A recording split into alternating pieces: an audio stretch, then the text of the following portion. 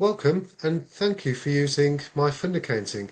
In this short video, we'll give a brief summary of the program, show you how to log into the profile, how to log into the software, change your passwords, initialize accounts, restore them, a finance coordinator backup, where you need to go to set up your accounts, and then if you want to add additional users, how you can do that, and then information on our support, and then how you can log in to the Dataments website and what you can do from there. So that's what we're going to do with this short webinar.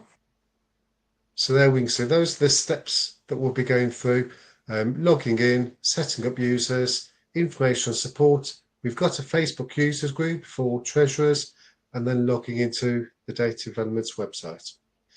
So we'll make a start, and I'm going to screen share, and I'm actually going to go right back to the Google screen. So if you were starting from your browser, right from the very beginning. So in this email that you've sent, you'd have been sent the your user ID and password, and also the web address of where you need to go to log into MyFundAccounting. So if I search for that, so just go to MyFundAccounting.Online.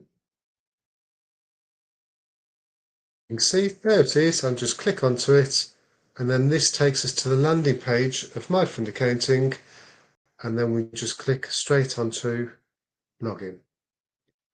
This is then where you use the credentials that we've given you to then log into MyFundAccounting. So I've got one set up for this purpose.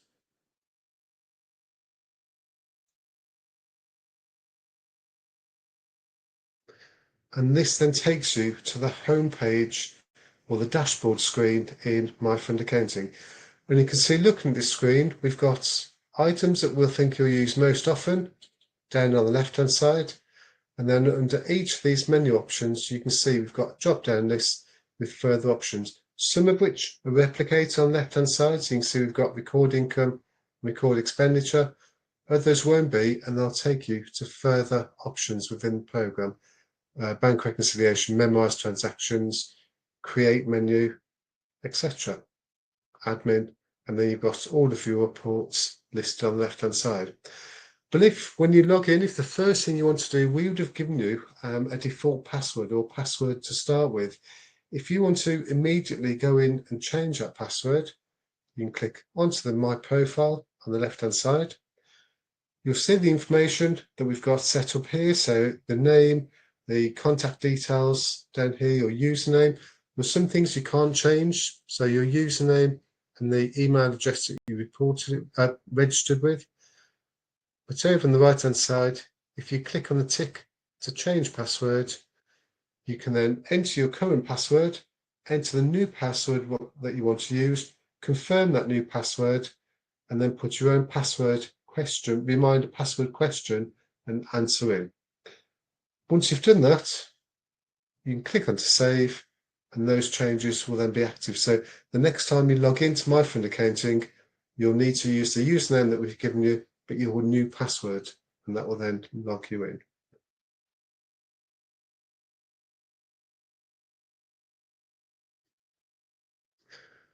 Now, when you start MyFundAccounting, generally there'll be two options. Either you'll be upgrading from finance coordinator, so you'll want to bring in your finance coordinator information, or you'll be starting afresh. So you won't have a finance coordinator backup to bring in.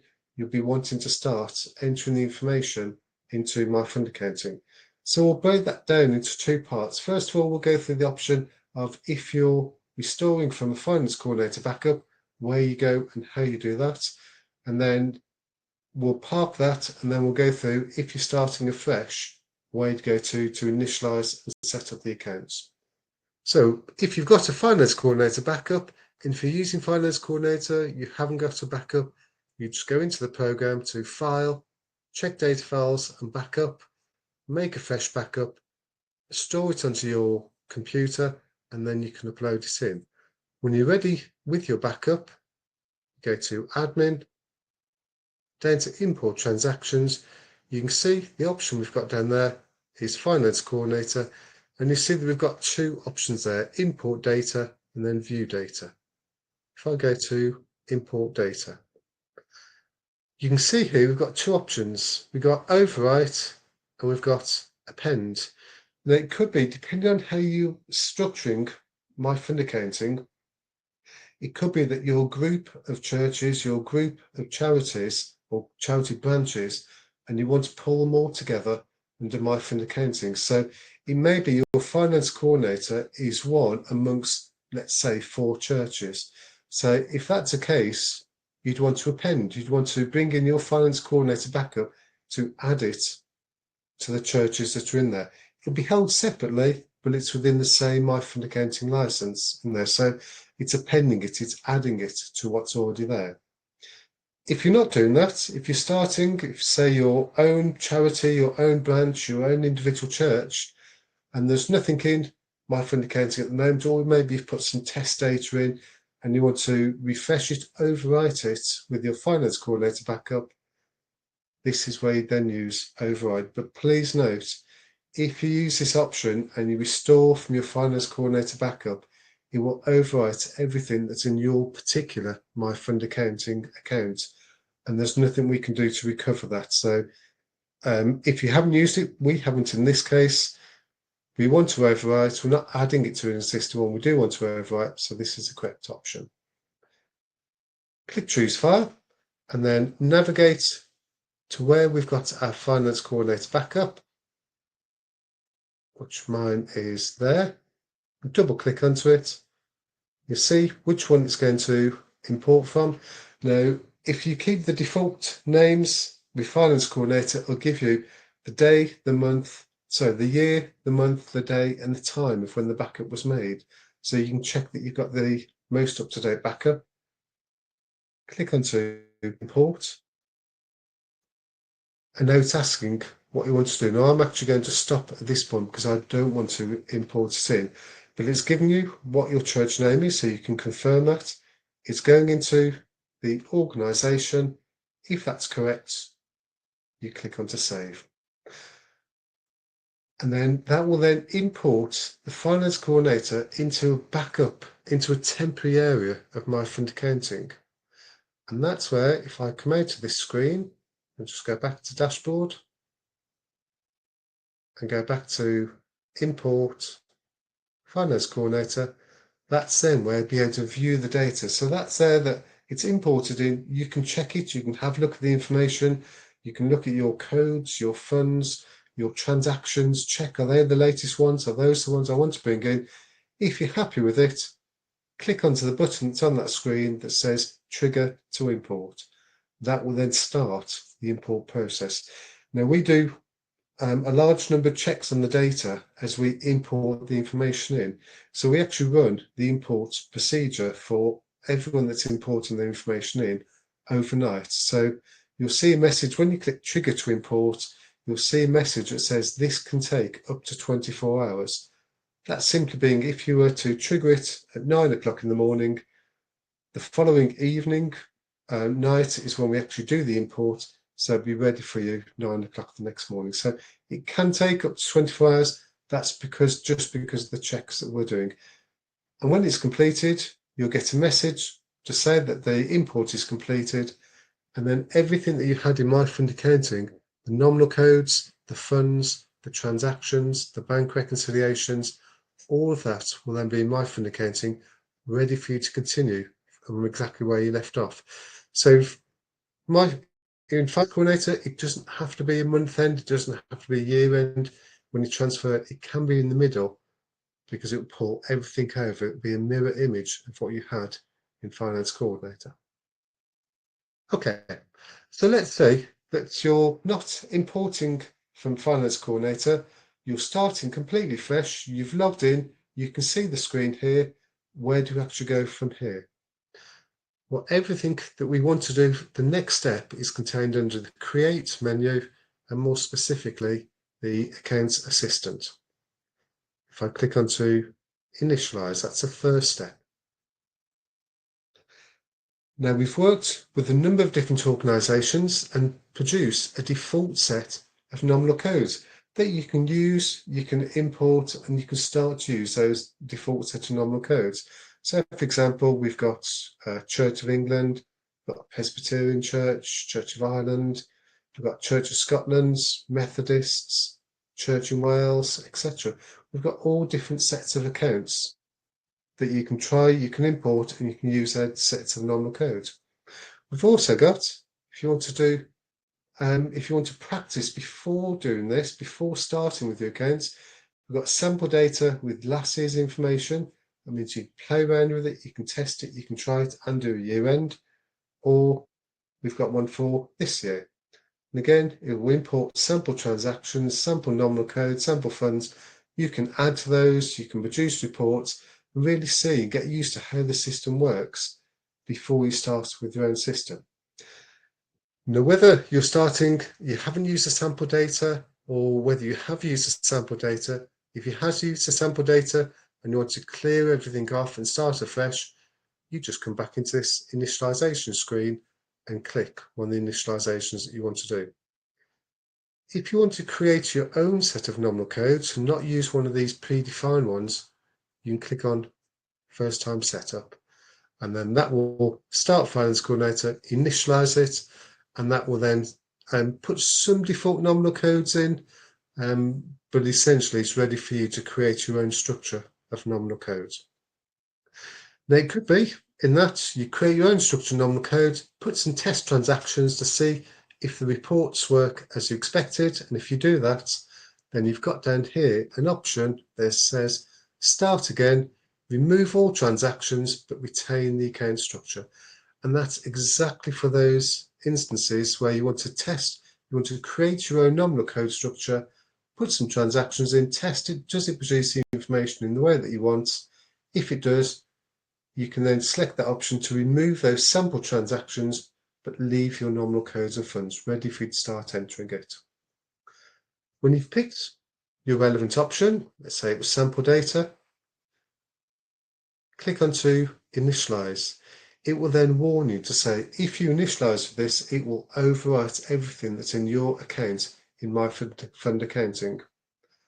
And that's going to do exactly what it says on the tin. If you've got transactions, if, for example, you've imported your information in from Finance Coordinator and you click Initialize, it will override that information for Finance Coordinator. So that's why you only initialize if you're removing sample data or if you're starting for the first time and start afresh. Once you click on Initialize, it will initialize those accounts, and then the next question it will ask you is about financial years.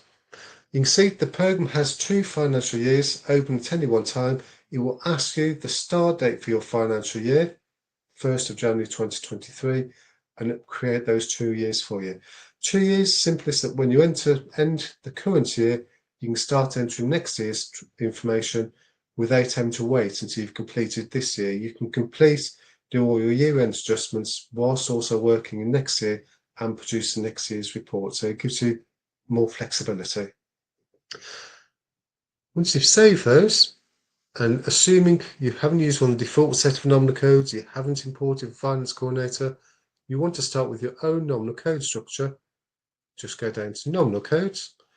You'll see the different classes of nominal codes. Let's say I want to add an income.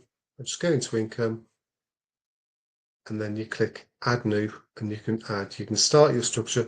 We use a 4-digit nominal code, but you can go up to 10 digits, letters and numbers if you wish to, but you can then start to structure them as you wish. If you want to add funds, again, you might have seen that under the Create Accounts Assistance. We've got funds listed there. And fund details, again, you just click on the left-hand side, add new, and you can create as many different funds as you wish. Go back to the dashboard. This is where you tend to head back to. So if you've entered a screen, you can just go to different screens straight away if you wish. I tend to come back to the dashboard, and then if I want to go to record income to enter a transaction or my bank reconciliation, then I've got them available here. One other thing you might want to do when setting up MyFundAccounting is actually create different users. So One of the advantages of MyFundAccounting is that you can share the workload, so it doesn't all have to be on one person to do it because it's on their computer. Because it's in the cloud, you can have multiple users and you can give them permission as to what they can do and what they can't do. You can give them your own login access if you've got that permission. So where you do that, it's under Admin, Users and Security. We've got some default permissions, roles and permissions set up. If you want to create your own, you can click onto Custom Roles and Permissions. You can add a new role. So let's say I'll call this one Read Only. Read and the user. Tick as Read Only, and then click on to Save. And then I can decide what permissions, so what access am I going to give them.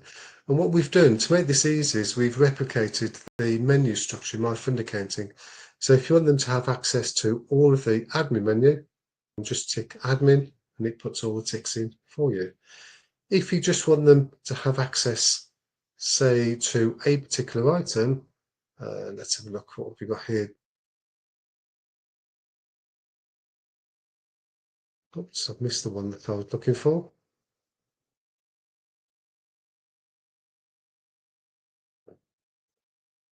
There we go. Take the balance sheet report. If you want them to access the information, look at it, but just produce specific reports, then you could say, I would just want them to have access to the SOFA report, but I also want them to have access to the balance sheet report. So you can pick menus and give them access to all of those, or you can pick specific menu options like the SOFA or like the balance sheet and just give them those access to those particular options if you wish to. Once you've selected which ones they have, you can then click on to Save. You've got the permissions. A permission can be used for several different users. The advantage of that is if you update a permission, it updates all of those users automatically. But to create a user, just go to Admin, back to Users, click on Add, top left-hand corner, select the role. We've got Read Only, there's the one that we've just created. And then we give them a name. We create a username for them, add in their address, and then at the bottom, we can add in their password, confirm it, and password question. We would then send to the person, click on Save, send to the person their username, the password that we've created. They can then log in, and as exactly as we did to start with, they could go to their profile and change their password, but they will then have access to those areas, those items that you've given them permission for. Okay, and at that point, I'm going to go back to the dashboard and then hand you over to Carrie. Thank you, Stephen. Okay, so I'm just going to briefly go over our website, datadevelopments.co.uk, which is the home page of our website, a little bit different to the MyFundAccounting.Online website. So first of all, just to show you this one. So here you'll see we've got the Data Developments website here. I'm a little bit zoomed in, so let's just zoom out so you can hopefully see a little bit more. Up at the top of the page here, up at the top right, there is an option here to log in. There we go, we can see that a bit better now. So if I click the login button here at the top, I can log in to my user account. Now, if you don't have one of these, you can give the support team a call or email into us. We'll have the details that you can contact at the end of the webinar so that you can do that. Let's log in. Okay, so let's say you have contacted us, we've given you some login details, or alternatively, you could sign up just on the website. You've got your account here. Now, your account will be connected to your customer record, and your customer record is in turn connected to your MyFundAccounting.Online account or any other purchases that you might have made with us. So The first port of call on the website, if we go to your profile, so I can just click here on the My Profile button. Now you'll see the first page that we've got here is mainly just your profile details. So if you ever need to make a change of contact update or change of name or anything like that, you can change that in here. Now, one thing that you can't change, unfortunately, will be your email address, but you can just give us a call should you need to do that, and we can get that updated for you. So this is the main profile again. Any changes you need to make, you can make in there and just click the update button at the bottom there. With MyFundAccounting.Online, we do have a facility for the dual authorization of transactions. If this is a facility that you would like to use in your MyFundAccounting.Online accounts, let us know. Give us a call. We can enable a Know Your Customer form on your record, and this is where you'll see that. So you'll see that this will appear if that is an enabled option for you. So this is something that you need to fill in order to be able to use that. If it is something that you want to use, you can just click there and fill in all of your details for your charity name and any trustee details and so on that you want to fill in there, and it's got everything that you need for uploading proof of identity and so on. Because this is connected to your MyFundAccounting.Online account, as you'll see, mine is connected to our MyFundAccounting account, so you'll see that both mine and Stephen's users are here, so that you can tick those options if you wish to allow them to authorize transactions. So if I just come out of there, as well as your contact info, you'll see that there's quite a few different options on your profile that can be useful. If you need to change a password, you can go to the password tab. Any orders that you've made, you can see under there. You've also got the training days, if we do have any training days in person that are available to book. You can see any bookings that you've made under there. If you have any standing orders or subscriptions, these will appear in these tabs here. So if you're subscribed to MyFundAccounting.Online, you'll be able to see your subscription through that tab. I will show you how to subscribe in just a moment if you are currently a trial user. You'll also be able to register any programs if you need to, if you have one of our offline softwares, or you can also renew your support for our offline softwares. This is not something that's necessary if you're one of the users for MyFundAccounting.Online. So now that we've gone through all those, one of the main other things that you might need to do on our website is actually subscribe to MyFundAccounting.Online. So if you've gone through your free trial and you decide to go ahead with us, then you can head to the products menu up at the top once you are signed into your account, and go down to the financial accounts option, and you'll see here that we've got the option for MyFundAccounting.Online. So this will be where you can register for your free trial if you haven't already, or you can head all the way down to the bottom of the page, and you'll see here that here's the box where you can actually subscribe and set up your direct debit.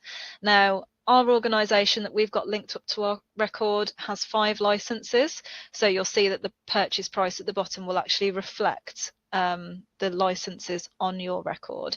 If you do just have 1 licence, then it will just be the £15 per month. You can also, if you realise that you do need some extra licenses when you do subscribe for any additional branches that you might want to bring in, then you can just change that and you'll see that the price will change. Once you are happy with that, then you can click the subscribe button here, and that will take you through to the form in which you can start filling in your details to set up your direct debit. Once that's all submitted, then you'll receive confirmation from Go Cardless, and your trial will become the live version. It'll become the full version of MyFundAccounting.Online. You won't lose any of your data. It'll be the same login details. That will just be extended. So we've covered the profile, signing up. I think the last thing to cover just at the end is if you do need any help, instead of emailing us, you can use our support option here up at the top of the page. If you if we just click on that, you'll see that we've got the option here to create a ticket, so you can actually submit a support ticket through the website. If you're looking for any tickets that you have submitted previously, you can go to the list your tickets option. You can see I don't have any listed at the moment, but if you did, they would be there. You can take a look at any previous past tickets that you might have submitted. But I think that about covers everything on the Data Developments website. So hopefully that's been a bit informative so that you can see the difference as well between MyFundAccounting.Online and datadevelopments.co.uk, just our homepage. So if I stop our screen share now, there we go. And I'll just share this. So if you do have any queries, you've got our email address there. You've got our phone number, 01902 714 030. Please give us a call with any queries you have. And you've also got our website where, as Kerry showed, you can log into the website for additional services. Just in addition to that, you can see on our Facebook, on our Facebook page or on Facebook, we've got a group called the Treasurer Support Group. And that's really for treasurers to help treasurers. So it's something goes to the free treasurer training that came about. And it's there's an open forum for treasurers. So whatever question you want to ask as a treasurer, it doesn't have to be, and it's not intended to be related necessarily to our software. It's whatever questions you have. How do you handle this? How do people do this? And other treasurers can help people there. So again, that's free to sign up for. Please feel free to make use of that. I hope this short video has been helpful for you. And if you've got any queries, please just drop us a line. Many thanks.